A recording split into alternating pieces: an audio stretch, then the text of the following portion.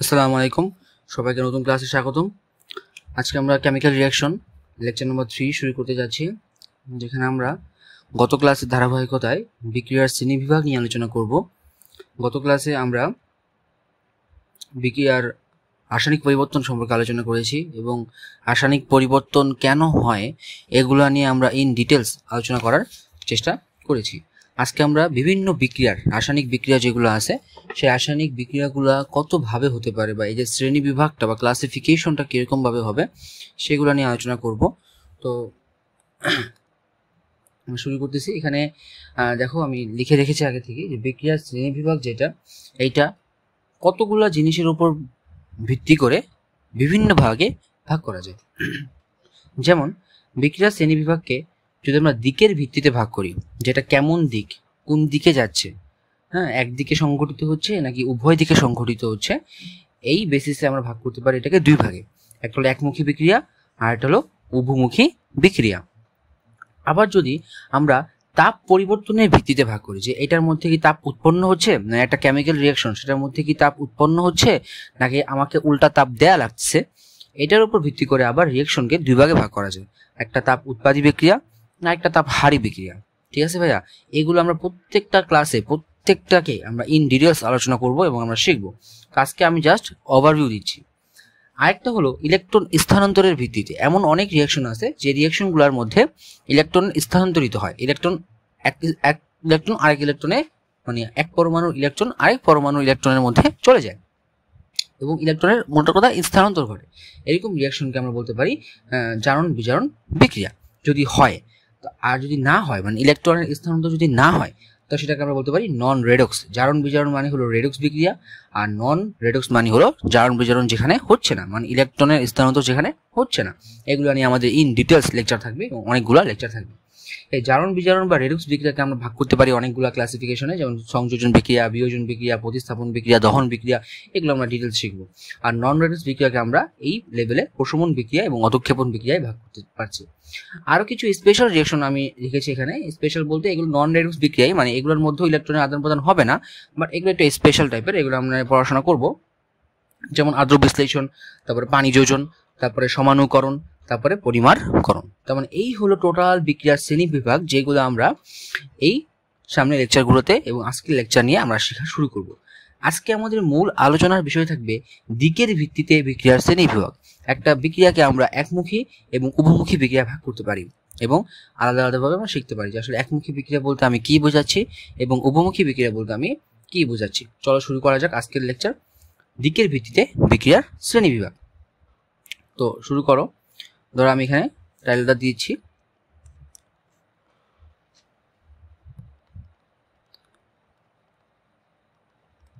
দিকের ভিত্তিতে বিক্রিয়ার শ্রেণী বিভাগ।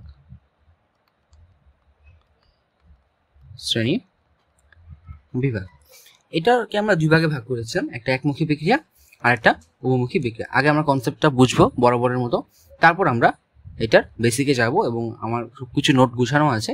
আপাতত তোমরা আমার লেকচারটা মনোযোগ দিয়ে শোনো। প্রথমে যে টপিকটা বা যে পার্টটা নিয়ে আলোচনা করব সেটা হলো একমুখী বিক্রিয়া। আসলে একমুখী বলতে আমরা কি বোঝাচ্ছি বলো ভাই? সরি, এক মিনিট।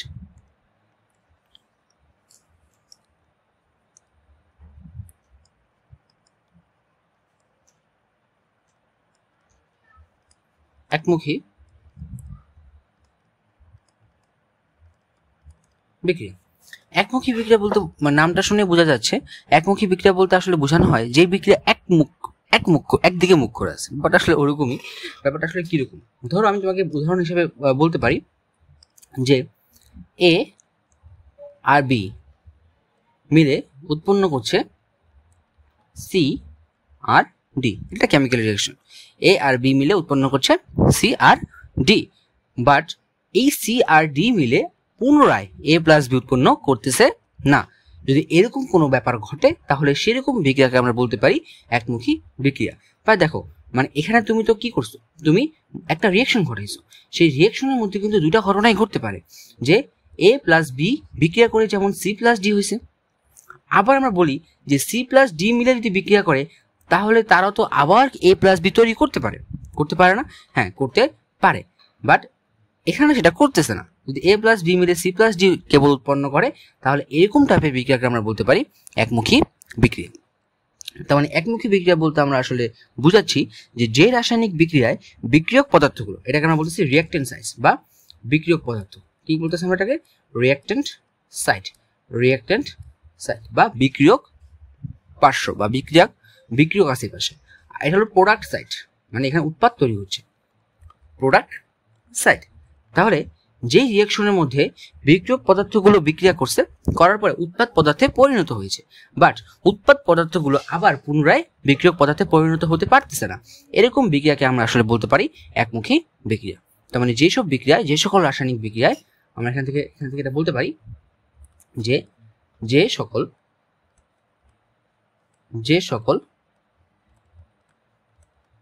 রাসায়নিক বিক্রিয়ায় বিক্রিয়ক পদার্থগুলো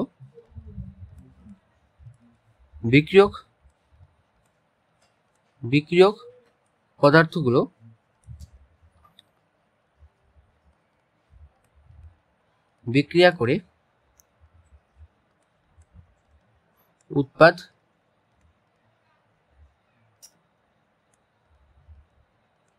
পদার্থে পরিণত হয়, কিন্তু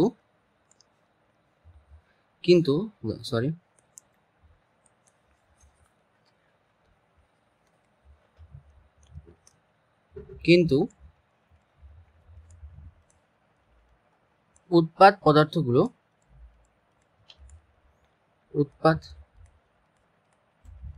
পদার্থগুলো পুনরায় বিক্রিয়ক পদার্থে পরিণত হয়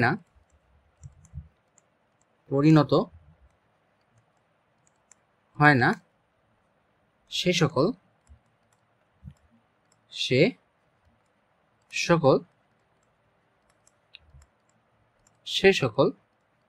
বিক্রিয়াকে কি বলে? বিক্রিয়াকে একমুখী বিক্রিয়া বলে। একমুখী বিক্রিয়া বলে। আশা করি আমরা বুঝতে পারছি যে আসলে একমুখী বিক্রিয়া কি। যেসব বিক্রিয়া করে উৎপাদে পরিণত হচ্ছে, বাট উৎপাদ পদার্থগুলো পুনরায় কিন্তু আর বিক্রিয়কে পরিণত হতে পারতেছে না। এখন এর উদাহরণ আছে, অনেক উদাহরণই আছে। যেমন তোমরা অবশ্যই হাইড্রোক্লোরিক অ্যাসিডের নাম শুনেছো। তুমি যদি একটা পাত্রের মধ্যে, ধরো একটা পাত্র আমি নিলাম এখানে, এই পাত্রের মধ্যে তুমি যদি হাইড্রোক্লোরিক অ্যাসিড দিয়ে দাও, কোন অ্যাসিড? Hydrochloric acid. এবং আমরা সবাই জানি এটা কি অনেক শক্তিশালী একটা অজৈব অ্যাসিড। এটা কি অনেক শক্তিশালী অ্যাসিড, মানে হাইড্রোক্লোরিক অ্যাসিড অনেক শক্তিশালী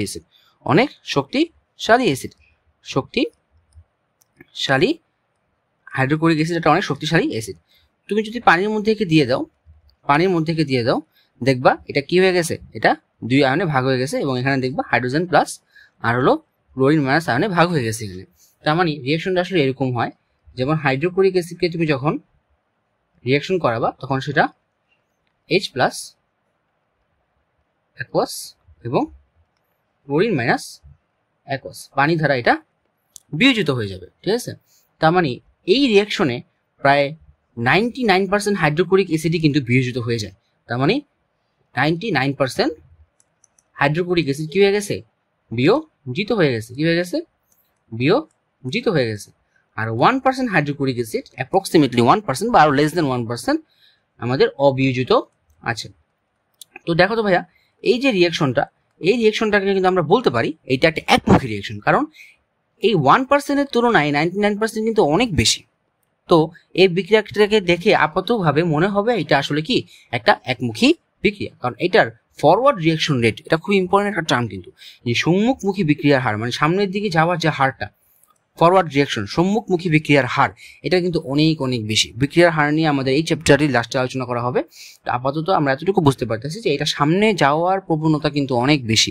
এই সামনে যাওয়ার প্রবণতাটাকেই আমরা বলতেছি ফরওয়ার্ড রিয়াকশন রেট বা সম্মুখমুখী বিক্রিয়ার হারটা কিন্তু অনেক অনেক অনেক বেশি। তো আমি এখান থেকে বলতে পারি যে এটা কি বেশি, সম্মুখ, এক মিনিট,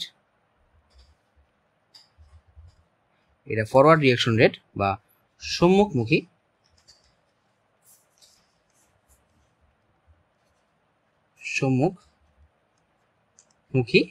বিক্রিয়ার হার, সম্মুখমুখী বিক্রিয়ার হার অনেক বেশি। এটা বোঝাচ্ছে আমি বেশি ইনক্রিজ করতেছে, মানে অনেক বেশি সম্মুখমুখী বিক্রিয়ার হারটা। তো আপাতভাবে কিন্তু দেখে মনে হচ্ছে এটা আর ব্যাকওয়ার্ডে আসতে পারবে না, পিছনে আসতে পারবে না। মানে পুনরায় হাইড্রোজেন এবং ক্লোরিন মিলে হাইড্রোক্লোরিক অ্যাসিড তৈরি করার প্রবণতা কিন্তু অনেক অনেক অনেক কম। তীব্র অ্যাসিড, তীব্র ক্ষার যেমন বলতো, বা তীব্র ক্ষারের নাম কি, সোডিয়াম হাইড্রোক্সাইড। এই সোডিয়াম হাইড্রোক্সাইডের কিন্তু সেম ঘটনা এখানে ঘটাবে। তবে একমুখী বিক্রিয়া নিয়ে আশা করি আমাদের সকল ধারণা ক্লিয়ার হয়েছে যে আসলে একমুখী বিক্রিয়া বলতে আমি কি বোঝাচ্ছি। এখন আমাদের নোটটা দেখি আমরা। যেমন দেখো, এখানে আমি একমুখী বিক্রিয়া নিয়ে আলোচনা করেছি। একমুখী বিক্রিয়া বা এটাকে আমরা কি বলতে পারি, একমুখী বিক্রিয়ার নাম হলো আনডিরেকশনাল রিয়াকশন। সংজ্ঞাটা আমি এখানে দিয়ে দিয়েছি আবার। তো তোমরা আমি যেটা লিখে দিয়েছি সেটাও দিতে পারো, অথবা তোমাদের যেটা ইচ্ছা করে তোমরা সেটা দিতে পারবে। যে রাসায়নিক বিক্রিয়ায় প্রক্রিয়াটি শুধুমাত্র একদিকে ঘটে, শুধুমাত্র কোন দিকে ঘটবে, শুধুমাত্র একদিকে ঘটবে, অর্থাৎ বিক্রিয়াটি একবার সম্পন্ন হলে তা আর বিপরীত দিকে ফিরে যেতে পারে না, তাকে আমরা একমুখী বিক্রিয়া বলে থাকি। এবং এখানে একটা প্রতিক্রিয়া বলতে আমরা রিয়াকশন বোঝাচ্ছি, এবং সেই রিয়াকশনের আমাদের উদাহরণটা কিন্তু দিয়ে দিয়েছে যে A প্লাস বি মিলে কি হয়ে যাচ্ছে, C প্লাস ডি উৎপন্ন করতেছে, বাট সেটা আবার ব্যাকওয়ার্ডে আসতেছে না। এবং এখানে একটা বাস্তবিক উদাহরণ দিয়েছে, যেমন ম্যাগনেসিয়াম 2 মোল ম্যাগনেসিয়াম এবং 1 মোল অক্সিজেন মিলে 2 মোল ম্যাগনেসিয়াম অক্সাইড উৎপন্ন করতেছে, ধাতব অক্সাইড উৎপন্ন করতেছে। এবং এক্ষেত্রে কিন্তু ম্যাগনেসিয়াম অক্সাইড পুনরায় ভেঙে ম্যাগনেসিয়াম এবং অক্সিজেন তৈরি করবে, এইটা কিন্তু হয় না নর্মালি। তো এক্ষেত্রে বলতে পারি আমরা, মানে খুবই হলেও খুবই কম হয়, বুঝলে, লেস দেন 1। তাহলে শুধুমাত্র আমরা বলতে পারি এটা একদিকে ঘটে। তো এই জিনিসটা আমাদের মনে রাখতে পারি। এবং এর আরো কিছু উদাহরণ আছে প্রকৃতিতে, এর অনেক উদাহরণই আসলে আছে। আমরা তো বললাম তীব্র অ্যাসিড, তীব্র ক্ষার, এগুলো সবই আসলে একমুখী বিক্রিয়া। হ্যাঁ, তো এটা আরেকটা উদাহরণ আছে, মনে রাখতে পারো যে ক্যালসিয়াম কার্বনেট এবং সকল ধাতব কার্বনেটকে তুমি যদি তাপ দাও তাহলে কি উৎপন্ন হবে বলো তো? তুমি এখানে তাপ দিবা, তাপ দিলে কি উৎপন্ন হবে? এখানে ধাতব অক্সাইড, ওই ধাতুর অক্সাইড এবং কি কার্বন ডাইঅক্সাইড উৎপন্ন হবে। এবং এটাও কিন্তু একটা একমুখী বিক্রিয়া, বা বলতে পারি ইররিভার্সিবল রিয়াকশন মানে কিন্তু ভাই আসলে আনডিরেকশনাল রিয়াকশন বা একমুখী বিক্রিয়া। তার মানে এই যে রিয়াকশনটা আছে, এই রিয়াকশনটাও কিন্তু আসলে একমুখী বিক্রিয়া, এবং এটা একদিকেই বেশি উচ্চ হারে ঘটে, ঠিক আছে। এবং পুনরায় ক্যালসিয়াম অক্সাইড এবং কার্বন ডাইঅক্সাইড মিলে যে তারা আবার ক্যালসিয়াম কার্বনেট তৈরি করবে, এটা খুবই মানে কম পরিমাণে ঘটে, কারণ তাদের নিজেদের তাপ দিয়ে ভাঙা লাগছে, তো এরা নিজেরা আবার তৈরি হবে, এরকম আসলে খুবই কম হয়। ইম্পর্টেন্ট জিনিস যেটা, সেটা হলো তাদের বৈশিষ্ট্যটা মনে রাখা। একমুখী বিক্রিয়ার কি বৈশিষ্ট্য আছে? একমুখী বিক্রিয়ার বৈশিষ্ট্য, প্রথম বৈশিষ্ট্য হলো বিক্রিয়ার পূর্ণতা লাভ করে। তার মানে বিক্রিয়াটা সম্পূর্ণভাবে ভাঙে। এটা হলো রিঅ্যাকট্যান্ট সাইট, এক মিনিট, এটা হলো রিঅ্যাকট্যান্ট সাইট। এই রিঅ্যাকট্যান্ট সাইট ভেঙে তুমি একদম রিঅ্যাক্টিভ প্রোডাক্ট পেয়ে যাচ্ছ, তো তোমার কাঙ্ক্ষিত জিনিস তুমি পেয়ে যাচ্ছ। তার মানে বিক্রিয়াটা কি হয়ে গেল, পূর্ণতা লাভ করলো। এবং এইসব বিক্রিয়া সাধারণত শক্তি উৎপন্ন হয়, মানে এমন অনেক বিক্রিয়া আছে যে বিসব বিক্রিয়া কি উৎপন্ন হচ্ছে, শক্তি উৎপন্ন হচ্ছে। এই জিনিসটা খুবই ইম্পর্টেন্ট। হ্যাঁ, শক্তি কেন উৎপন্ন হয় এর ডিটেলস ব্যাখ্যা আমরা দিব সামনে, ঠিক আছে। তো সাধারণত শক্তি উৎপন্ন হয়, তেমন এমন অনেক রিয়াকশন আছে যেখানে কি উৎপন্ন হয়, শক্তি উৎপন্ন হয়। যেমন একমুখী বিক্রিয়া যেগুলো আছে, এগুলোতে ভর ত্রুটি বা ভর লস, মানে এটা আলাদা টপিক, আমরা ফিজিক্সে শিখবো এটা। সেই ভর ত্রুটি বা ভর লসের কারণে কিন্তু বিপুল পরিমাণে শক্তি উৎপন্ন হচ্ছে। তেমন একমুখী বিক্রিয়াগুলো কিন্তু ওই জিনিসটার একটা উদাহরণ। এবং প্রতিক্রিয়ার পর উৎপন্ন পদার্থ পুনরায় মূল পদার্থে পরিণত হয় না বা রূপান্তরিত হয় না, যেটা আমরা অলরেডি দেখে এসেছি। আশা করি আমরা একমুখী বিক্রিয়া সম্পর্কে আমরা মোটামুটি সবই জানতে পেরেছি। এবার আমাদের মূল আলোচনার বিষয়টা হবে উভমুখী বিক্রিয়া। চলো আমরা উভমুখী বিক্রিয়াতে যাই। তোমরা হেডলাইন লাগাও আবার সুন্দরভাবে ফটাফট, যে উভমুখী বিক্রিয়া, উভ বা ডিরেকশনাল রিয়াকশন, উভমুখী বা রিভার্সিবল রিয়াকশন। সবচেয়ে অ্যাপ্রোপ্রিয়েট ইংলিশটা হলো রিভার্সিবল রিয়াকশন। চলো শুরু করি আমরা। তো এখন বলো তো ভাইয়া, উভমুখী বিক্রিয়া কি হবে? উভমুখী বিক্রিয়া কিন্তু হবে যেসব বিক্রিয়া উভয় দিকে সুগম্যতা লাভ করে বা উভয় দিকে কিন্তু তারা ঘটতে থাকে।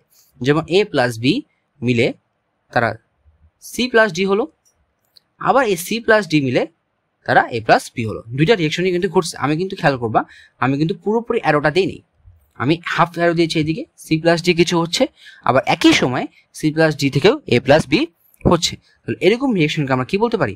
এরকম রিয়াকশনকে আমরা বলতে পারি সেটা হলো একটা উভমুখী রিয়াকশনের উদাহরণ বা এই রিভার্সিবল রিয়াকশনের উদাহরণ। সংজ্ঞাটা তোমরা মিলিয়ে নিতে পারো আগের সাথে। জাস্ট এখানে কি অ্যাড করবা, যে সকল রাসায়নিক বিক্রিয়ায় বিক্রিয়ক পদার্থগুলো বিক্রিয়া করে উৎপাদ পদার্থে পরিণত হয় এবং উৎপাদ পদার্থগুলোও পুনরায় বিক্রিয়ক পদার্থে পরিণত হয়, তাকে আমরা বলতে পারি কি? উভমুখী বিক্রিয়া। জাস্ট এতটুকু এডিট করে নিলে হবে, অথবা আমাদের নোটের সামনে লেখা আছে। উভমুখী বিক্রিয়ার অনেক উদাহরণ আছে। একটা বিখ্যাত উদাহরণ আমি তোমাকে দিতে চাচ্ছি। একটা দুর্বল জৈব অ্যাসিড সম্পর্কে আমি তোমাদের জানাবো আজকে। দুর্বল জৈব অ্যাসিড, অজৈব না কিন্তু ভাইয়া, জৈব অ্যাসিড। আচ্ছা, জৈব অ্যাসিড বলতে তোমাদের কি ধারণা আছে? আশা করি এখনো ধারণাটা জন্মায়নি, তারপর আমি তোমাদের একটু আলোচনাটা করার জন্য বলতেছি। দুর্বল জৈব অ্যাসিড হলো আমাদের দুর্বল মানে কি? সে দুর্বল, সে কমজোর, সে কম পরিমাণে ভাঙবে, এই জন্য তাকে আমরা দুর্বল বলতেছি। আর জৈব কথার মানে কি ভাই বলতো? আমাদের প্রকৃতিতে দুই রকমের পদার্থ আছে, জৈব পদার্থ এবং অজৈব পদার্থ।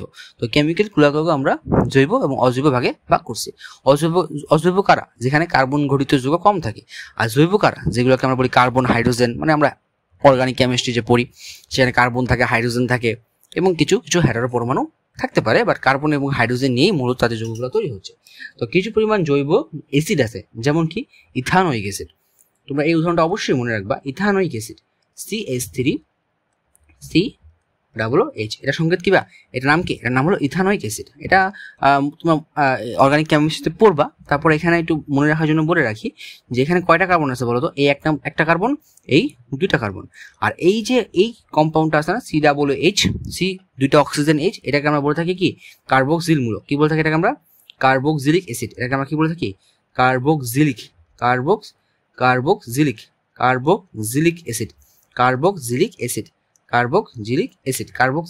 অ্যাসিড, ঠিক আছে? তো এটা জৈব অ্যাসিডকে ইন্ডিকেট করে, এবং দুইটা কার্বন যেহেতু আছে এই জন্য এর নাম হলো ইথানোয়িক অ্যাসিড। এর নাম কি? এর নাম হলো ইথানোয়িক অ্যাসিড। Ethanoic acid. এবং দুর্বল অ্যাসিডগুলো, সকল দুর্বল অ্যাসিডগুলো আসলে কি হয়? আমাদের দুর্বল হয়, মানে সকল জৈব অ্যাসিডগুলোই কিন্তু ভাইয়া দুর্বল হয়। তো দুর্বল মানে হলো এগুলো খুবই কম পরিমাণ ভাঙে। তোমরা কি জানো ভাইয়া অ্যাসিডের কাজ কি?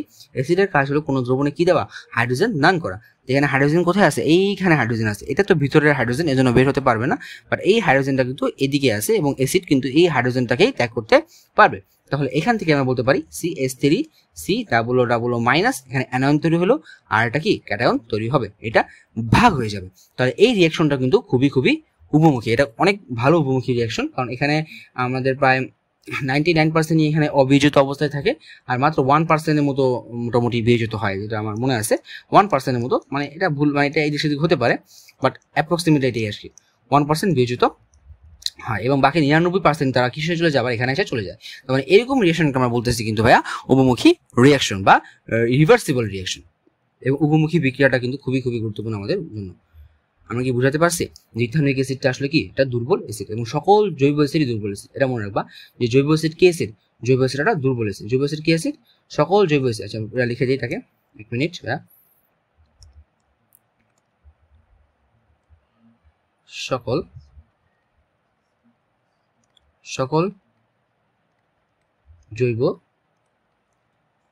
জৈব অ্যাসিডই কেন দুর্বল সেগুলো অ্যান্সার তো আমরা ওই চ্যাপ্টারের মধ্যেই দিব, ঠিক আছে? তা এই অ্যাসিডগুলো কিন্তু আমাদের উভমুখী বিক্রিয়া দেখায়। তা আশা করি আমরা দুটা টার্ম বুঝতে পেরেছি। এখন নোটের মধ্যে আমরা আসি। তো সহজ নোট, একদমই সহজ। উভমুখী বিক্রিয়া বা রিভার্সিবল রিয়াকশন। উভমুখী বিক্রিয়া বলতে আসলে আমরা বুঝাচ্ছি যে বিক্রিয়া প্রতিক্রিয়াটি সামনের দিকে যেমন ঘটে তেমনি নির্দিষ্ট অবস্থানে বিপরীত দিকেও ঘটে, এরকম বিক্রিয়াকে আমরা বলতে পারি উভমুখী বিক্রিয়া। যেমন দেখো এখানে A প্লাস বি মিলে কি তৈরি হচ্ছে? C প্লাস ডি তৈরি হচ্ছে। আবার C প্লাস ডি মিলেও কিন্তু A প্লাস বি তৈরি হচ্ছে। উদাহরণ হিসেবে এখানে অ্যামোনিয়া উৎপাদনটাকে দিয়েছে, অ্যামোনিয়া সিনথেসিস, এটাও কিন্তু একটা একমুখী বিক্রিয়া, উভমুখী বিক্রিয়ার উদাহরণ। এবং এখানে আমরা সবাই জানি যে হেবার প্রণালীতে আমরা কি করি? অ্যামোনিয়া উৎপাদন করি। এখানে প্রভাবক হিসেবে থাকে হলো ফেরাস, এটা এখানে দেওয়া হয়নি, হোয়াটএভার, এটা তো সমস্যা নেই এখানে। মানে এই বিক্রিয়াটা আসলে উভমুখী একটা বিক্রিয়াকে মেন করতেছে। এটা যে বৈশিষ্ট্যটা, এটা খুব ইম্পর্টেন্ট, এটা একটু বোঝার চেষ্টা করো। খেয়াল করো বৈশিষ্ট্য কি বলতেছে? বিক্রিয়াটি সামনের দিকে যেমন ঘটে বিপরীত দিক থেকেও ঘটে। হ্যাঁ, এটা আমরা সংজ্ঞা থেকেই বুঝতে পারি বা কনসেপ্ট থেকেই বুঝতে পারি। 2 নাম্বারটার মধ্যে আসো। একটি বিক্রিয়া একটি নির্দিষ্ট অবস্থায় গিয়ে রাসায়নিক সাম্যাবস্থা, কি বললাম ভাইয়া, রাসায়নিক সাম্যাবস্থা বা কেমিক্যাল ইকুইলিব্রিয়াম তৈরি হয়। এই জিনিসটা নিয়ে আমাদের প্রায় সামনের লেকচারগুলো, মানে এই চ্যাপ্টারেরই সামনের লেকচারগুলোতে তো ইন ডিটেলস আলোচনা করবো আমরা ইনশাল্লাহ।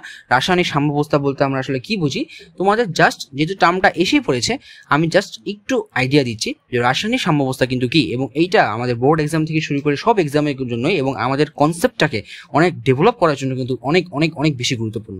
যে একমুখী বিক্রিয়ার কিন্তু এই ক্যাপাবিলিটি ছিল না যে সে রাসায়নিক সাম্যাবস্থা তৈরি করবে, এটা ইকুইলিব্রিয়াম সৃষ্টি করবে, কিন্তু উভমুখী বিক্রিয়া কিন্তু সেই ক্যাপাবিলিটি আছে। চিন্তা করো এটা কেমনে হয় এবং কিভাবে হয়। তোমাদের একটা সুন্দর উদাহরণ দিই। ধরো এই যে এখানে একটা রুম আছে, এটাকে আমি বললাম যে এটা হলো রুম নাম্বার 1, আর আমি বললাম এখানে আরেকটা রুম আছে, এখানে আমি বললাম is a room number double এসে পড়ছে, রুম নাম্বার 2, ঠিক আছে। এটা রুম নাম্বার 1 এবং এটা রুম নাম্বার 2। তো আমি বললাম যে রুম নাম্বার 1-এ প্রথম মানুষ আছে 5 জন, আরেকজন আর কি 6 জন মানুষ আছে। খেয়াল করো ভাইয়া সুন্দরভাবে, 6 জন মানুষ এই রুম নাম্বার 1-এর মধ্যে আছে। আসলে বলো তো ভাইয়া, এই রুম নাম্বার 1 বলতে কিন্তু আমি ইন্ডিকেট করতেছি কাদেরকে বলতে পারবা, বিক্রিয়ক সাইডকে বা রিঅ্যাক্ট্যান্ট সাইডকে, এই দেখো রিঅ্যাক্ট্যান্ট সাইডকে। এখনো বিক্রিয়া শুরু হয়নি, সবাই রিঅ্যাক্ট্যান্টের মধ্যে এসে জমা রাখছে, এখনো বিক্রিয়া শুরু হয়নি।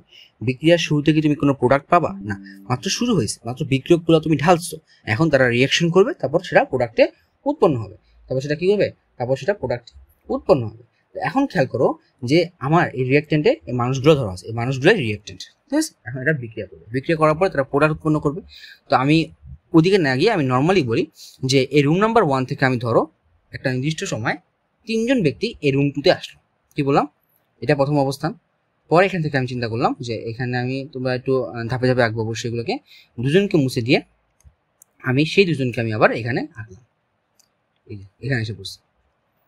এখান থেকে এখানে কজন আসলো, 2 জন আসলো। তো রিঅ্যাকশন হচ্ছে, এটা একটা উভমুখী বিক্রিয়া।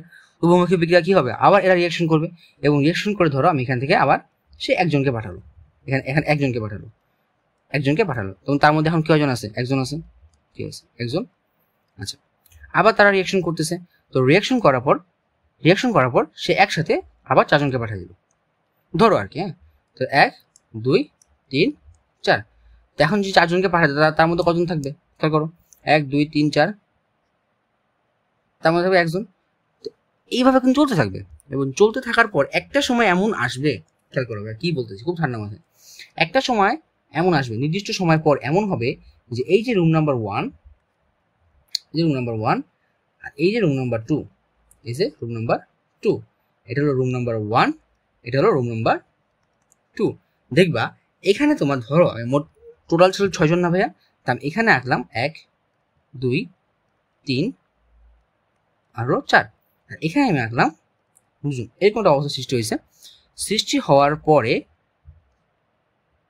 এখন হয়েছে কি যে এইখান থেকে একটা নির্দিষ্ট সময় 2 জন যাচ্ছে এদিকে, এবং ওই একই সময় কারণ এটা উভমুখী বিক্রিয়া কিন্তু, হ্যাঁ, দুই দিকেই ঘটেছে, এবং ওই একই সময়ে এই রুম নাম্বার 2 থেকেও 2 জন ব্যক্তি এখানে আসতেছে। কথাটা আবার খুব ঠান্ডা মাথায় চিন্তা করবা যে কি বললাম আমি, যে এই একই সময়ের মধ্যে কিন্তু একই সময় আমি কি বলতে পারি এটাকে, একই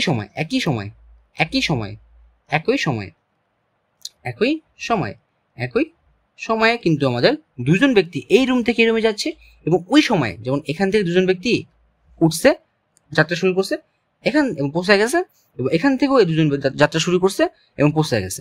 তার মানে তোমার কাছে মনে হবে যে তারা কি কোনো সিট চেঞ্জ করছে না, কারণ তোমার কাছে ওই নির্দিষ্ট সময় দেখে মনে হবে এখানেও 4 জন আছে, এখানেও 4 জন আছে, 2 জন আছে, বাট আসলে কিন্তু তারা জায়গা চেঞ্জ করেছে, এখান থেকে 2 জন আসছে, এখান থেকে 2 জন আবার এখান থেকে আসছে, তো পরিমাণ কিন্তু সেম হয়ে গেছে ভাইয়া। এখানে রিঅ্যাক্ট্যান্ট 1 এর মধ্যে সবসময় মানে রুম নাম্বার 1 এর মধ্যে সবসময় 4 জন ছিল থাকবে, এবং 2 এর মধ্যে সবসময় 2 জন থাকবে, বাট তাদের মধ্যে কিন্তু কোনো গতির গতি কিন্তু থেমে যায় নেই, গতি কিন্তু চলতেই আছে।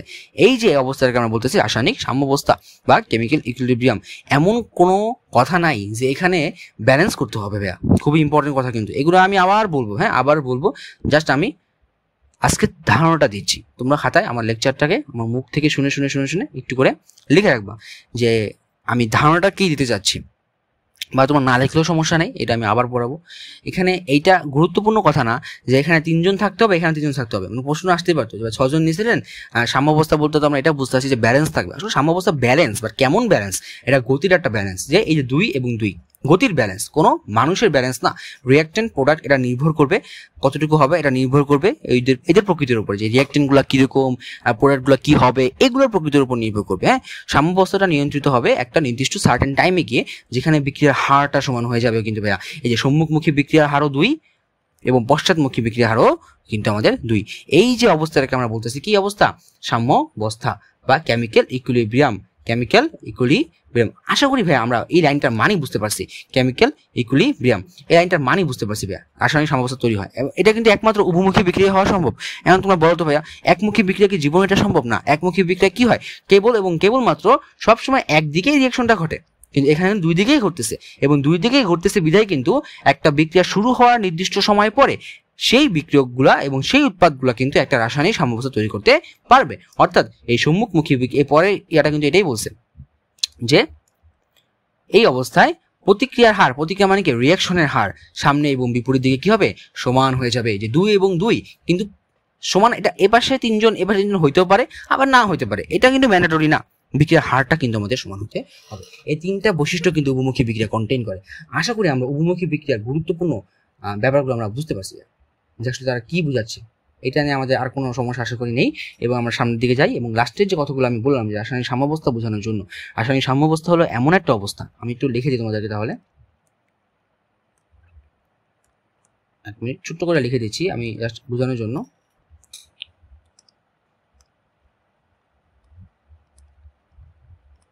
রাসায়নিক সাম্যাবস্থা, রাসায়নিক সাম্যাবস্থা হলো, 1 মিনিট একটু কালারটা চেঞ্জ করি,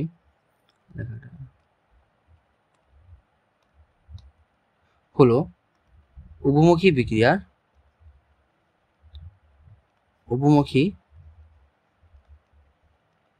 উভমুখী বিক্রিয়ার এমন এক বৈশিষ্ট্য যেখানে সম্মুখমুখী বিক্রিয়ার হার, সম্মুখমুখী বিক্রিয়ার হার ও পশ্চাৎমুখী বিক্রিয়ার হার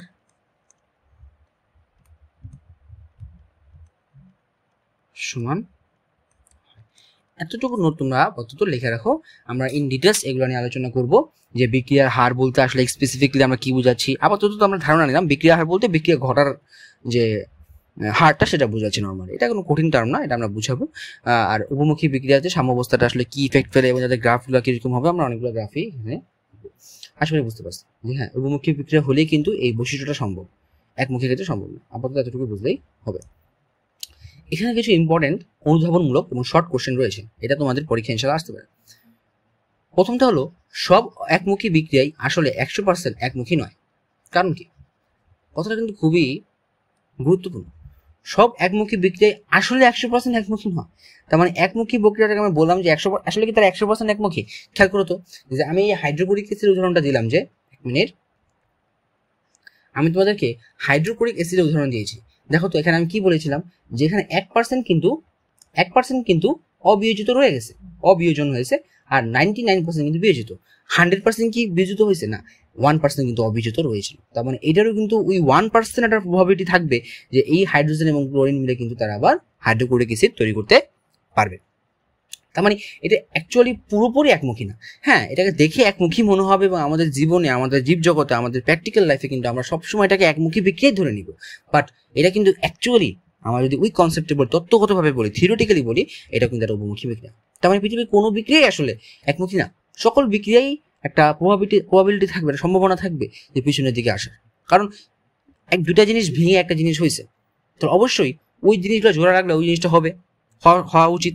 তার অবশ্যই পৃথিবীর সকল বিক্রিয়া আসলে থিওরিটিক্যালি আসলে উভমুখী। কিন্তু কিছু কিছু বিক্রিয়াতে আমাদের এমন হয় যে এদের সম্মুখমুখী বিক্রিয়ার হারটা এত বেশি যে পশ্চাৎমুখী বিক্রিয়ার হারটা এত কম যে আমাদের কাছে মনে হয় যে ওই বিক্রিয়াটা আসলে একমুখী বিক্রিয়া, উভমুখী বিক্রিয়া। বুঝতে পারছি ভাইয়া? তো এখানে কিন্তু আসলে ওই কথাগুলোই আমাদের লিখেছে যে বাস্তব জগতে একমুখী বিক্রিয়া বলতে আমরা যা বুঝি তা অনেক সময় আসলে প্রায় একমুখী, মানে সম্পূর্ণ একমুখী না, প্রায় একমুখী, অলমোস্ট ইরিভার্সিবল। অর্থাৎ বিপরীত দিকেও সামান্য প্রতিক্রিয়া ঘটতে পারে, কিন্তু তা এতটাই নগণ্য যে সেটাকে উপেক্ষা করা হয়। যেমন কি দেখো তো, এই যে সিলভার নাইট্রেটের বিক্রিয়া, সিলভার নাইট্রেট এবং সোডিয়াম ক্লোরাইড মিলে তৈরি করে সিলভার ক্লোরাইড এবং সোডিয়াম নাইট্রেট। এখানে এই সিলভার ক্লোরাইডটা আসলে কি হয়, প্রেসিপিটেট হয়, মানে কি অধক্ষিপ্ত হয়। কি হয়? প্রেসিপিটেট মানে হলো কি অধক্ষিপ্ত, মানে নিচে পড়ে যায়। কিন্তু তুমি যদি কোনোভাবে এই সিলভার ক্লোরাইডটাকে আবার বিয়োজিত করতে পারো এই দ্রবণের মধ্যে, তখন তুমি দেখবা সাইমালটেনিয়াসলি এই সিলভার ক্লোরাইড এবং সোডিয়াম নাইট্রেট মিলে আবার তারা কি তৈরি করতেছে, আবার তারা কি করতেছে বলতো, আবার তারা কিন্তু এই রিঅ্যাকশনের মধ্যে এসে পড়তেছে, ব্যাকওয়ার্ড রিঅ্যাকশন করতেছে। তো এটা কিন্তু সম্ভব। তাহলে আমরা বলতে পারি যে, তবে তত্ত্বগত বা থিওরিটিক্যালি আমরা বলতে পারি এটা উভমুখী হতে পারে যদি সিলভার ক্লোরাইডকে আবার দ্রবীভূত করা হয়। তার মানে অ্যাকচুয়ালি কিন্তু তারা চাইবে, তারা পারতেছে না, হয়তো কিছু তাদের লিমিটেশন আছে, সীমাবদ্ধতা আছে, বাট তারা কিন্তু পারবে করলে। এই জন্যই বলতেছে পরীক্ষায় যে কোনো একটা একমুখী বিক্রিয়া আসলে 100% একমুখী না, তাদের মধ্যে কিছু সম্ভাবনা থাকে যে আবার আমি ব্যাকওয়ার্ড রিঅ্যাকশনে যাই। আসলে বুঝতে পারছি। এবার দেখো আমাদের পরবর্তী কথা যে কিছু উভমুখী বিক্রিয়া আছে নির্দিষ্ট শর্তে একমুখী। এটা খুব ইম্পর্টেন্ট যে তুমি একটা রিঅ্যাকশন উভমুখী আছে, তুমি তাকে একমুখী করে ফেলবা। মানে কথা চিন্তা করবে, কিছু রিঅ্যাকশন উভমুখী কিন্তু তুমি তাদেরকে কি করবা, একমুখী করবা। এই সবচেয়ে ভালো ধরনটা তোমাদের আমি কি দিই, একটু আলাদাভাবে দিই। হ্যাঁ, দেখো তোমাকে একটু আগে পরে আসলাম, ধরো তোমাকে আমি বললাম, ধরো আর কি যে ক্যালসিয়াম কার্বনেট যদি এটা একমুখী রিঅ্যাকশন হিসেবে ধরা হয়, তারপর তুমি ধরো যে আমরা তো বললামই এখন পৃথিবীর কোনো বিক্রিয়া আসলে একমুখী না, তাদের সবারই কি আছে, একটা উভমুখী হওয়ার চান্স আছে। তো আমি এটাকে একটু এইভাবে বুঝাই। তোমাকে আমি ধরলাম যে একটা পাত্র আছে, ধরো 1 মিনিট, ধরো একটা পাত্র আছে,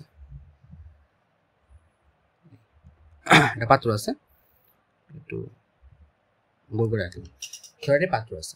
তো এই পাত্রের মধ্যে তুমি কি রাখছিলা, ক্যালসিয়াম কার্বনেট রাখছিলা, চুনা পাথর, তাই না? ক্যালসিয়াম কার্বনেটের নাম কি, চুনা পাথর। রাখার পরে তুমি এখানে কি করছো, হিট দিছো, ধরো মোমবাতি দিয়ে বা যে কোনো কিছু দিয়ে কি করছো, হিট দিছো, এখানে তুমি হিট দিছো, তাপ দিছো। তো সেখানে চুনা পাথর কি হবে, ভাঙবে।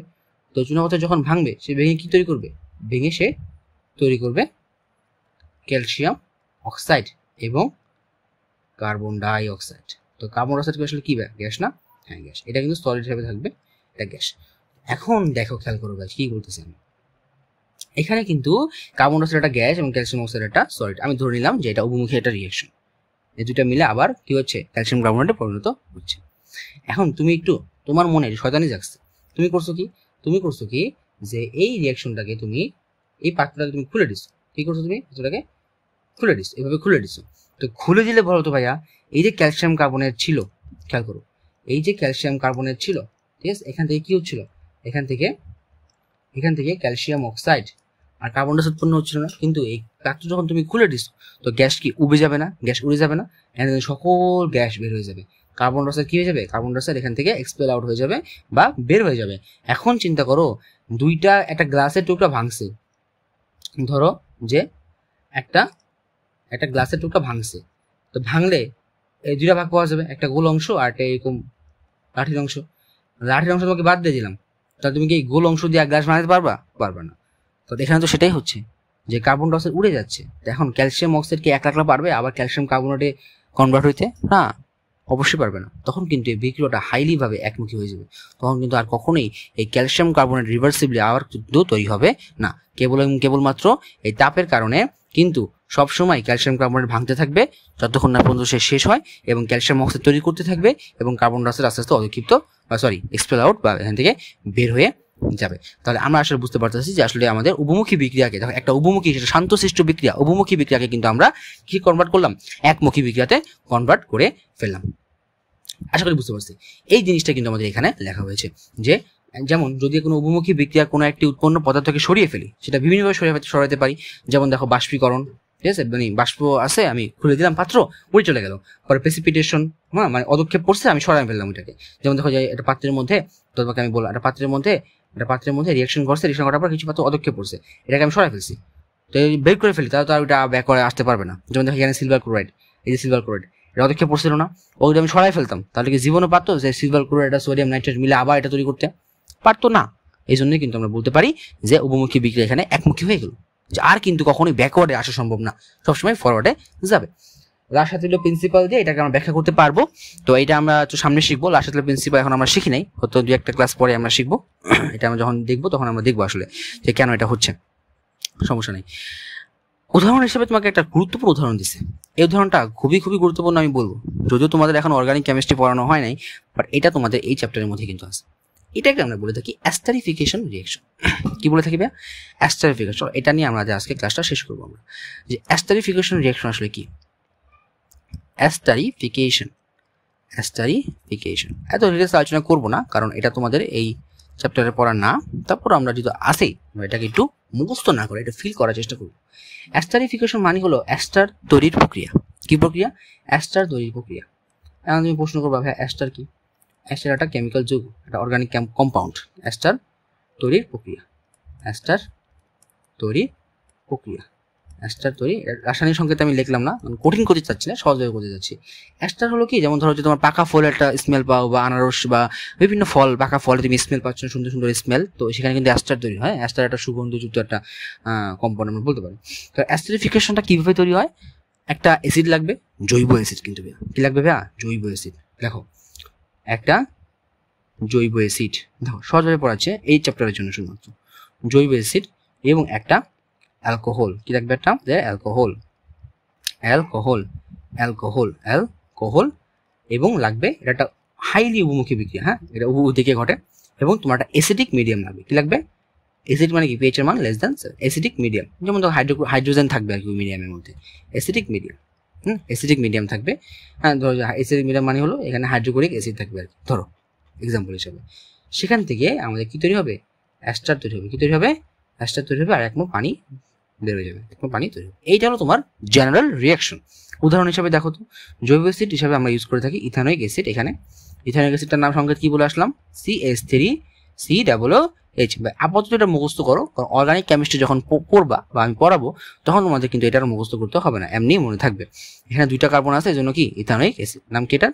Ethanoic acid.